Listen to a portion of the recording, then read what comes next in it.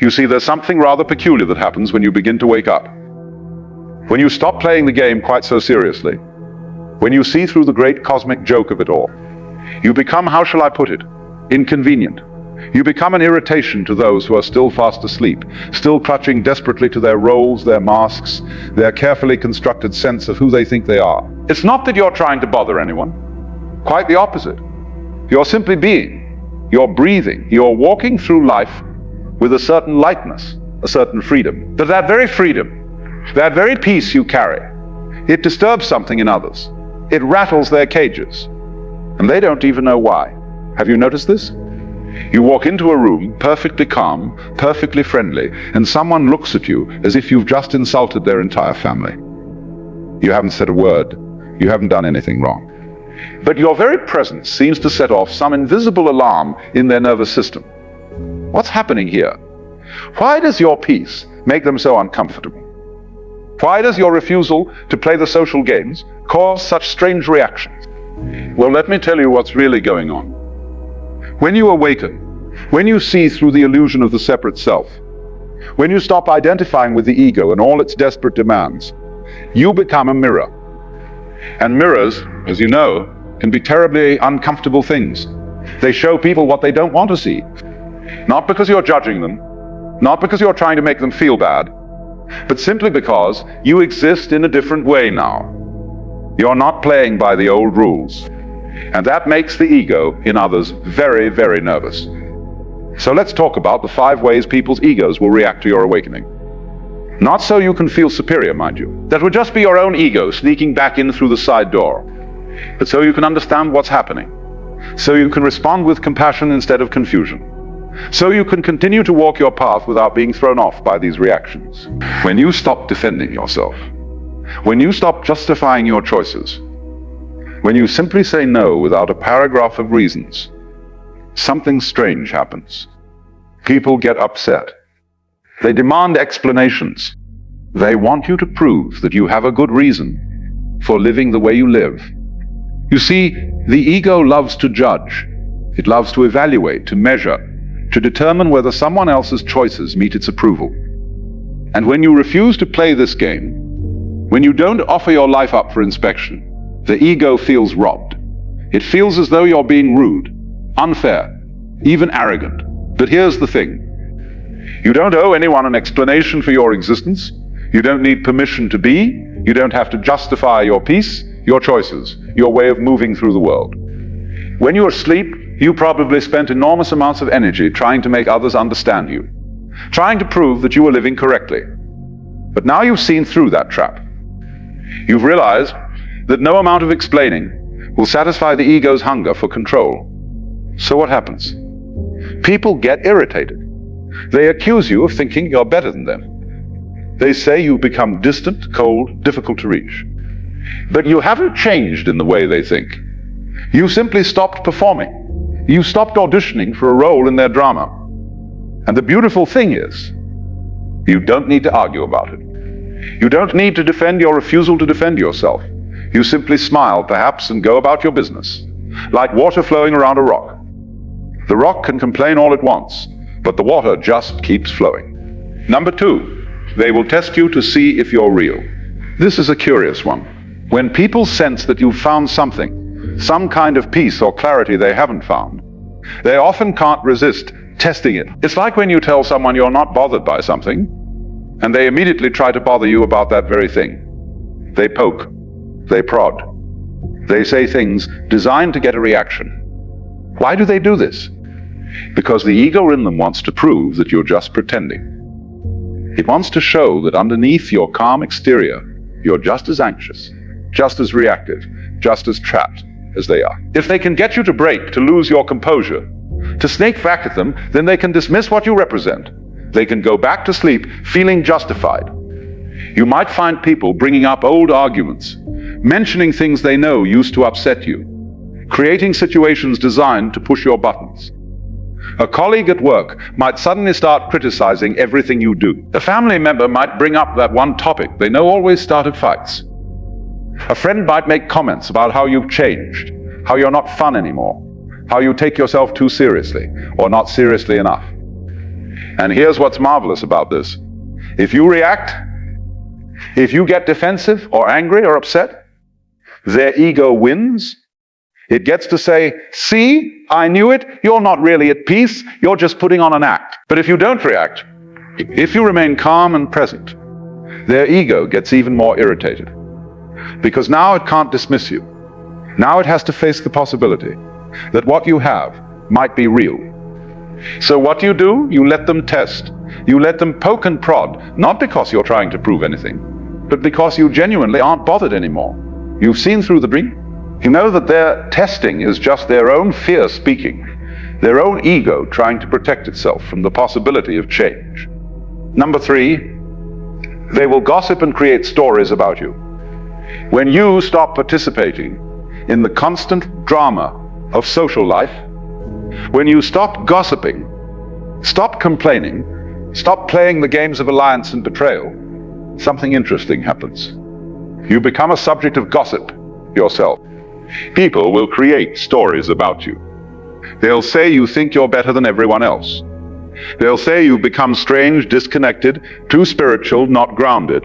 They'll wonder what's wrong with you, what happened to make you so different.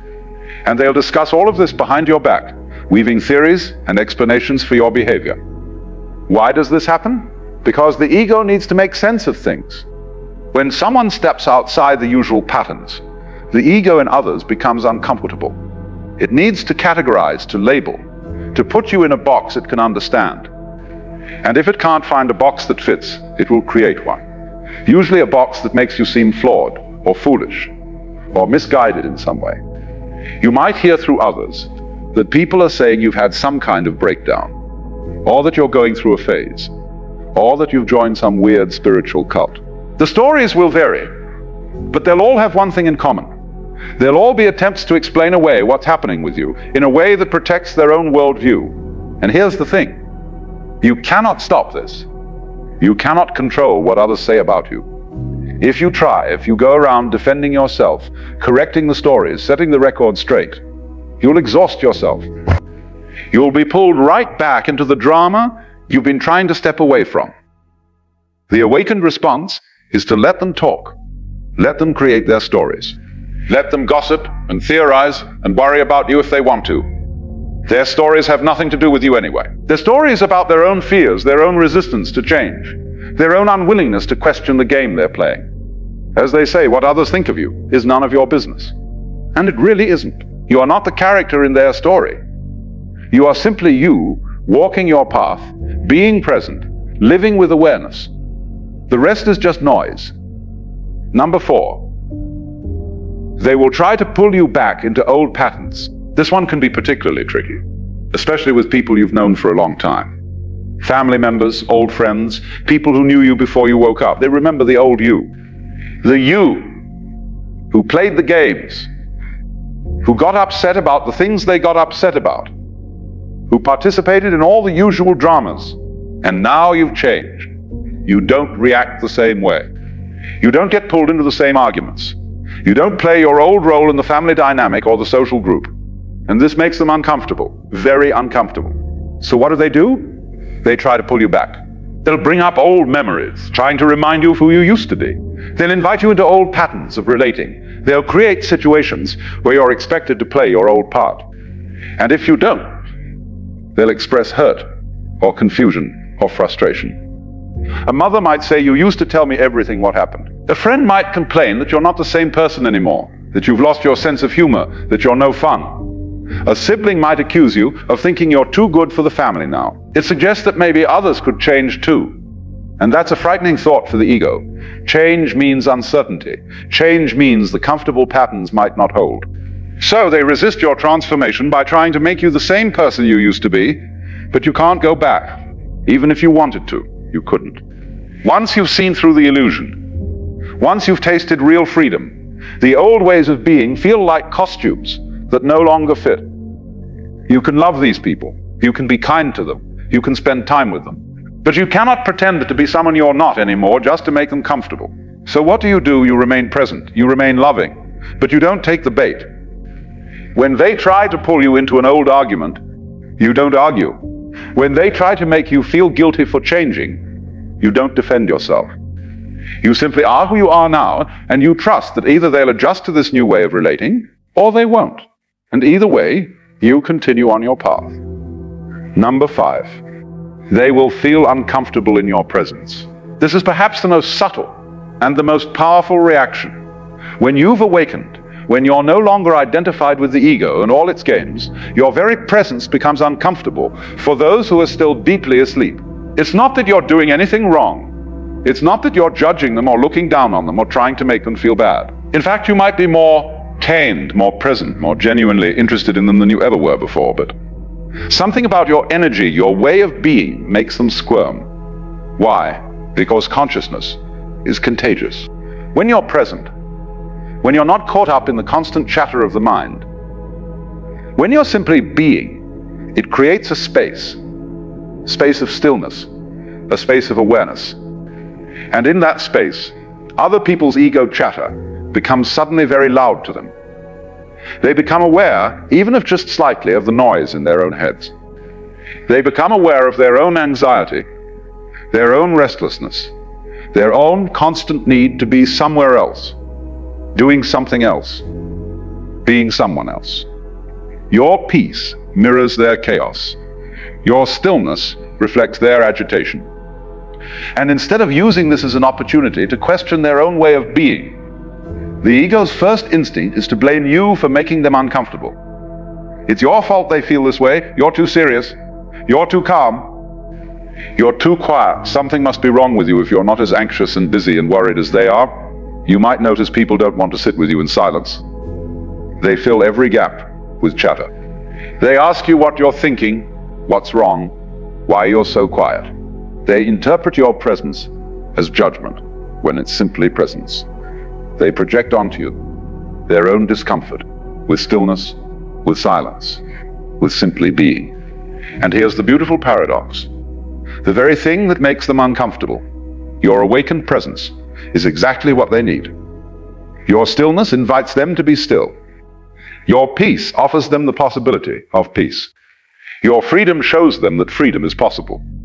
But the ego resists this invitation with everything it has, because accepting it means death to the ego. It means letting go of all the games, all the stories, all the desperate attempts to prove its existence. So some people will simply avoid you. They'll make excuses not to spend time with you. They'll drift away from your life. And that's okay. You cannot force anyone to wake up. You cannot drag them into awareness. All you can do is be who you are, and trust that those who are ready will be drawn to what you represent. Others might accuse you of being judgmental, even though you're not judging them at all. They feel judged simply by being in the presence of someone who's not playing the game anymore. Your very existence questions their choices, even though you're not saying a word about their choices. This is projection. They judge themselves and then project that judgment onto you. The awakened response is compassion, because you remember what it was like to be asleep.